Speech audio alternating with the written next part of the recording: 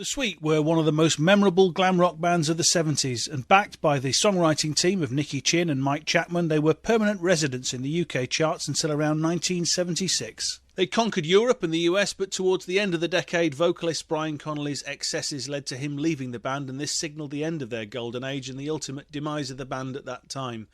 There were reunions in the 80s with various versions of the band, but by 1990 Connolly's health was in serious decline, and after several brushes with death he finally succumbed to liver failure and repeated heart attacks in 1997. Drummer Mick Tucker died of leukemia in 2002, while bassist Steve Priest moved to the US and occasionally plays shows still as part of a Sweet lineup there, but here in the UK and Europe it's guitarist Andy Scott's version that still records and tours regularly to audiences all over the place. They've recently reissued a covers album through Angel Air Records, including New York Groove by our good friend Russ Ballard, who was on the show last month, of course. See how we link these things up for you? I met Andy near his home in England to talk about all of the above, and started by asking just how crazy it was for them in the heyday of screaming girls and living with the fear of being torn apart by the audience.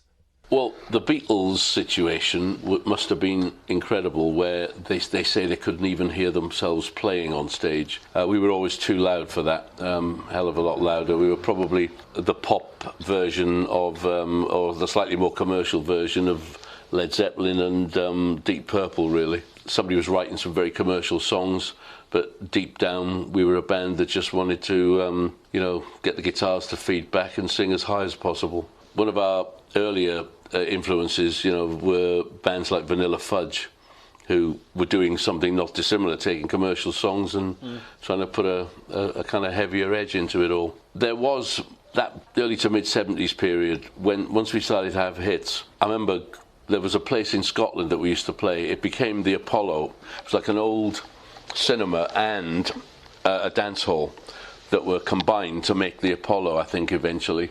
And one night we were playing in the dance hall, which was at a fairly high stage, about a metre high, maybe a bit higher, 4 or 5 foot high. And one side of the stage was closer to the audience than the other, and it happened to be my side. And Brian and I were stood towards that side of the stage. The two of us ended up in the audience with girls with scissors and trying to cut your bleeding hair. And of course the two security guys sat on the edge of the stage hadn't even got a chance. They pulled a monitor box and me into the and my mic into the audience, and there's photographs of that somewhere. Did you ever have that sort of fear for your life type of? Well, when we actually sold the Apollo out 2 nights after Blockbuster and Ballroom Blitz, we went up there. I think Slade were probably the only band who'd sold it out previously. At that point, it was a brand new refurbishment in Glasgow. And I remember us having to not stay in the hotel that we were planning to stay in, because it wasn't that far away from the venue. And the only way we could get away from the venue was to get into the ambulance, not the limousine. They sent the limousine off, and loads of kids chased it. And then we got in the ambulance and drove to a hotel, and all our clothes were in the other hotel. Plenty of temptation, and I know you're not one to kiss and tell, but how bad were you really? I don't know. I mean, there is urban legend about things that a promoter in Denmark told us that we were actually in Denmark at the same time as Led Zeppelin in Copenhagen, and we were supposed to be staying in the same hotel, and they didn't stay there in the end.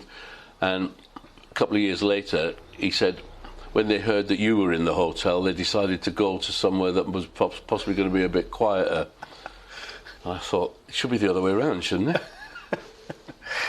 I want to talk about songwriting a fair bit, I suppose, and I think you were probably one of the first bands to work with Chinn and Mike Chapman. They, of course, became hugely successful as songwriters outside of what they did for the Sweet. Were you aware at the time of, or do you have any concept of the kind of magic they were going to bring to what you were doing early on? Well, it's an odd situation.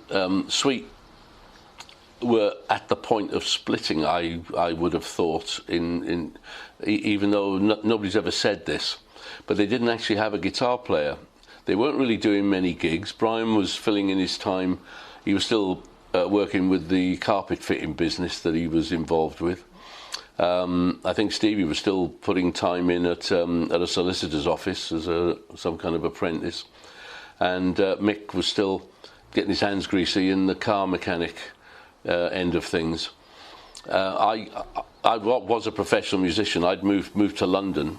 One of Yes's road manager was a Welsh guy, and he rang me up and said, "I know you probably haven't seen Melody Maker this week, but you should ring this number." And it happened to be the Suite. I knew Mike Chapman because he'd been in a band called Tangerine Peel. So when I went along there, first person I saw was, I said, "It's your band now, is it?" And he went, "No." And I said, "Well, I have met the Suite," because I remembered Brian. Who would forget him with the blonde hair, you know? I then got the full story about how Brian had met Phil Wainman, the record producer, at the BBC. Brian was doing a session for somebody, and Phil had been there hawking some new recordings that he got around. And he said, "I think I might have met somebody, you could sing their songs." So Nicky Chinn and Mike Chapman, Brian, Phil had already knocked some backing tracks together, and Brian went in and put a vocal on there. And while they were chatting, Phil said, "Is the band still together?" And Brian said, "Yeah." Lying, half lying, you know. So, but we could probably do with a guitar player. And he went, "Oh, it's not that guy, is it?" Phil did not like the guitar player that they had, and he went, "Oh, good, right, well, we can replace him." So that's where I came in. But they were at the starting point. Phil was at his starting point, and we were at a starting point. Sweet had a couple of singles out on EMI, but one of them had been a radio hit, and I think they got disillusioned when that wasn't a hit. And they were at a point, as I said, of possibly all going their separate ways. Right. So the three parties, the band, me coming into the band, meeting Phil and recording Nicky and Mike's songs was the glue that put it all together. Right. I don't know whether Nicky and Mike with their songs would have had such a start and an opportunity. I think the catalyst, and I hate to hear that, you know, Mike believes that he did all the work and Nicky did nothing. Nicky being a businessman, Mike being a songwriter, somebody has to point them in the right direction and say, these are the kind of songs we should be writing. And one guy does a little bit more work than the other. But without the two of them, would it ever have come together the way that it did? They were still writing songs that were probably more relevant in the late 60s than the early 70s. But the songs that they got off the ground, that Funny Funny song, could have been a hit for any of those American pop bands that were, you know, that were coming out at that time. Tell me, is it really true? This feeling, funny that you mean all the world to me. Nowhere near representative. We wanted to be the fucking Who. We didn't want to be some weird little pop band that might disappear after a year, and it was that close. It wasn't until we started to play on the record and our B-sides were becoming noticed with Little Willie and Wigwam Bam just before Blockbuster in '72, and that's when the glam thing started as well. So we managed to turn those tongue-in-cheek records into something quite dual purpose.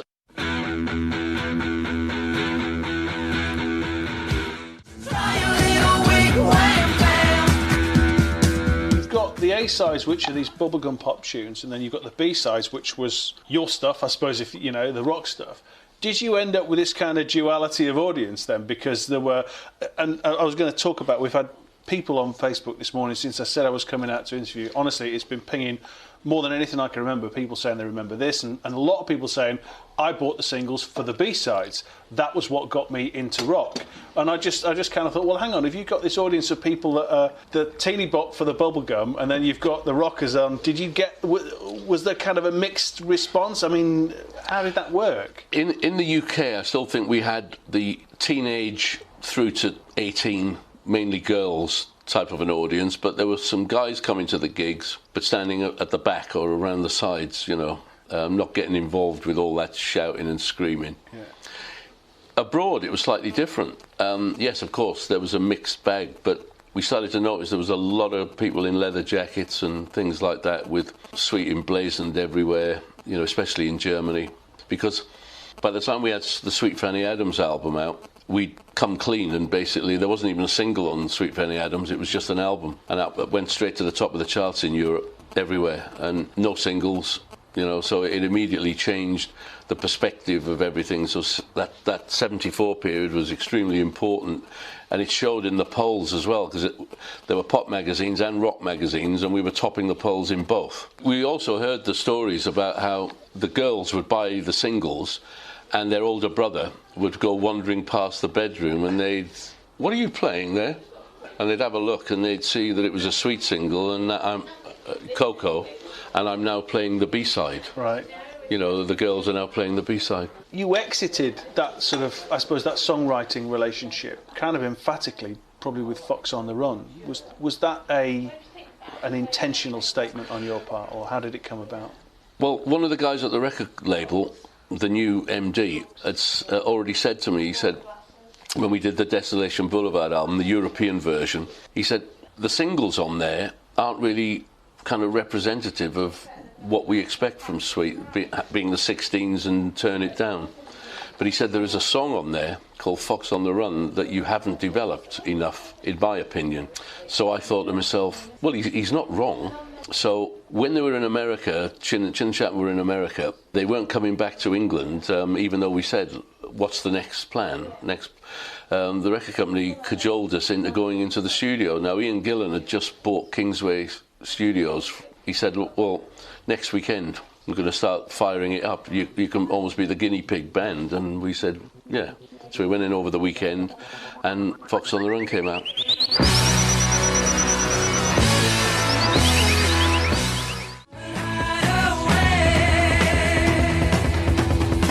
And when everybody heard it, there was an announcement made that Sweet's new single, Chinn Chapman were on a plane from LA as quickly as you liked, because they'd seen this announcement that there's a new single coming called Fox on the Run. And when they got back, you know, they heard it, and of course Mike Chapman said, well, you've done it, brilliant. But he said, I wish that we'd have, you know, and in the end I said, I think I possibly said, it wasn't never an exclusive deal though, was it? It's what's best for us, not what's best for you. And I remember Phil Wayman still wanting to be the producer, but because I'd produced that, there was a clean break was needed from everybody. To make it in the States is always the holy grail for British bands, and you definitely did it. And I was going to ask, kind of, you know, what broke it, and what are your memories of being big in the States? Well, it's why all our marriages didn't last, you know. I mean, I remember being in America for 6 months. Back of a bus, on a private plane, or in hotels. And when you hit New York and you're told you've got 4 days, the last thing you're going to do is get on a plane and go home. You're just going to lie down for 4 days. I mean, it was fantastic in one aspect, but it was killer in another. I mean, I would say that would definitely have contributed to Brian's alcoholism. You know, we'd not seen backstages like those arenas where you drive the limousine right up to the stage, and the green room areas, and the where the band come, and there's all these people over here in a kind of drunken, drugged up orgy of stuff going on over there, but you're there to do a gig. You're not there to get involved with that. You could get involved with that after the gig if you want, but I've always been a bit wary. The last thing I want to be is not able to do a gig. And you know, we've had tragedy along the way with two of the guys, you know, dying. First Brian in the 90s. Having said that, there were moments when I thought he was going to die sooner. Never mind, you know, in 97, you know, I had a few phone calls saying, oh, he's been rushed into hospital, so you rush over there, and then he pulls through, and great. There's all kinds of speculation, but I would just say that even when he said he wasn't drinking, you'd go round to his house for a meeting, and somehow, by the end of the afternoon, he was in a nice, happy-go-lucky mood, and then you find out that there was probably a bottle of gin in the toilet cistern, you know, whenever he went out of the room, you know, and it's not nice. Mick, who I worked with a hell of a lot more than the others, you know, the drummer, he died in 2002, and part of the problem there was that seeing eye to eye of what, this is in the 70s, mate, you know, we're older, we should be wiser. We now have to hold this together if we're going to, you know, keep a band like this on the road. I guess it's criminal when you still think you're 20 and you're fast approaching 40, you know, and you need to calm it down sometimes. Well, yeah, I mean, and we've shot ahead, but I did want to talk about certainly Brian, and you touched on it then. Was anybody aware in the 70s and 80s that he was permanently damaging his health? The number of times he went into rehab, or for want of a better word, you know, we're on the road and the tour manager's trying to lock him into his room so he can't go anywhere. And then you hear stories about how he manages to get out and down a fire escape, and, you know, things happened on the Level-Headed tour that shouldn't have happened, like him being on stage not knowing where the hell he was and us having to basically turn his mic off and the three of us doing the singing between us. Until there was a point where our American manager arrived at one of the gigs and he asked me, and I said, well, I have to tell you the truth, you know, that I might well have called you had it happened again and said something has to change here. Anyway, I arrived at Birmingham, Alabama, and Brian was in one of those catatonic states again. And within 2 minutes of us being on stage, our managers rushed on stage, grabbed him round the neck and dragged him off. And we're opening for Bob Seger and the Silver Bullet Band, and we've seen this happen. So now the three of us are now going, right, well, we better just get on with it then, as we had done previously. You could hear the screams, the shouting from the dressing room with us on stage, you know. It wasn't very pleasant, but it was at that point where, at the end of that series of gigs, we came off the road and came back to England to try to regroup. He was put into rehab. We then went down to Clearwell Castle with a mobile to do our pre-production and see if we could record some of the stuff. I went home for a weekend. Now, this is the worst combination. Drunken rock stars with shotguns. We had our own clay pigeon thing, and I had a phone call basically saying, unless this stops, you can get out of here right now. And I went, what's happened? And on the Sunday morning, apparently been up all night, he decided to have a shoot at some of the birds in the bird sanctuary that was adjoining the castle there. And I thought, no, that is where things have to change here. Plus also the guys working in the truck, because they were cleaning tapes and copying stuff and just doing stuff. They were just thinking of packing up. It was about 11, 12. They heard this thing on the roof of he jumped out of a window onto the roof of the mobile and rolled off and twisted his ankle, you know. He became known as Batman after that. And don't get me wrong, Brian was a fantastic guy. Even if he knew nothing about a subject, he could get involved with a conversation and you thought that he knew virtually everything about it, you know. I mean, he was a brilliant frontman. But when you start looking at photographs from that early period of 72, 73, and then you see 75, 76, you see a change in the way that, you know, the look and the... I know we were trying to go for a slightly more stronger image as such, but you still don't want it to be too bad, you know. Love Is Like Oxygen is one of the most timeless songs of the 70s I can bring to mind. And for me, it stands head and shoulders above everything that The Sweet did. Do you think it was your personal pinnacle? Difficult. Without Trevor Griffin, the co-songwriter who sowed the seed, the song may never have got written. I'd written the lyrics, or the best part of the lyrics, a few years earlier. You hear things, and I remember there was a line in a Hall & Oates song which has got music, isn't it a bit like oxygen? I thought it's a great line, and it was just a little middle part section of a song. So I remember writing down, love is like oxygen.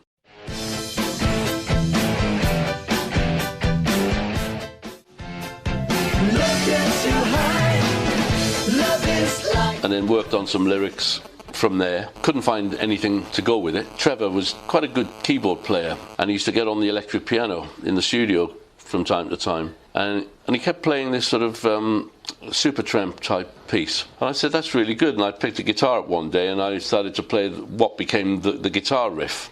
And I said, just try that chord there and that chord there. And then that became the chorus. He said, oh, I've got lots of other pieces. He said, it's like a mini symphony kind of or opus thing where you go from that section to that. I've got like an opening bit, which was the da-da-da-da. And I thought, there's something here. The verse wasn't quite in position, but I said, look, let's just record all the sections. Plus, when we got back from the chateau with the backtracks and a lot of the stuff that we'd done, we needed a proper keyboard player in tow because we hadn't really taken anybody with us. The bits of keyboard that were on there were ham-fisted me. So we got involved with an arranger, and he came along and he said, yeah, I can put a bit of keyboard on that, bit of keyboard on that. And then it came to Love Is Like Oxygen, and I played him the demo. So the two of us went away, then got Mick and Steve in, and we recorded the backing tracks before I'd finished the melody, lyrics and everything to go on the top. So Mick and Steve were kind of in the dark, but here we ended up with a 7-minute thing, which was fantastic. And I took it away on the Friday and came back on the Monday with the finished article with all the bits, you know, the answering vocals, the harmonies, the way the verse should be sung. And everybody, when they heard the chorus, they went, well, that doesn't need changing. You know, you should sing the chorus. So I ended up singing the chorus. We all were worried about Brian's situation because I'd actually said that I can't face another session in the studio when he's been drinking, so I said he better be there at 10 in the morning if he's going to sing the verses on Love Is Like Oxygen. And he showed up, and within 10 minutes, 15 minutes, we'd nailed it. And I thought to myself, this is how we need to record him in the future. Somebody be with him and make sure that he just arrives. And it's probably one of the best vocal performances he's done in years. And when the record company heard it, they said, well, that's the single. We had Russ Ballard on the show. Obviously, he wrote New York Groove, which was pretty famously covered by Ace Frehley from Kiss on his... Yeah, everybody thinks it was Kiss, but it was Ace Frehley, wasn't it? It was Ace Frehley on his solo album while he was with Kiss, but then Kiss had it in the live set for a few years. It was on Kiss Alive or something, wasn't it? But they played it whenever Ace was in the band. He was part of the set round about then. Right. But then, of course, Ace covered Fox on the Run, yes, on Anomaly in 2009. Are you all kind of in, it's just like a club thing that you've got going? Fantastic, and thanks to Andy. It will live long in my memory, sharing a pot of tea in the poshest hotel in Devizes, Wiltshire on that sunny lunchtime.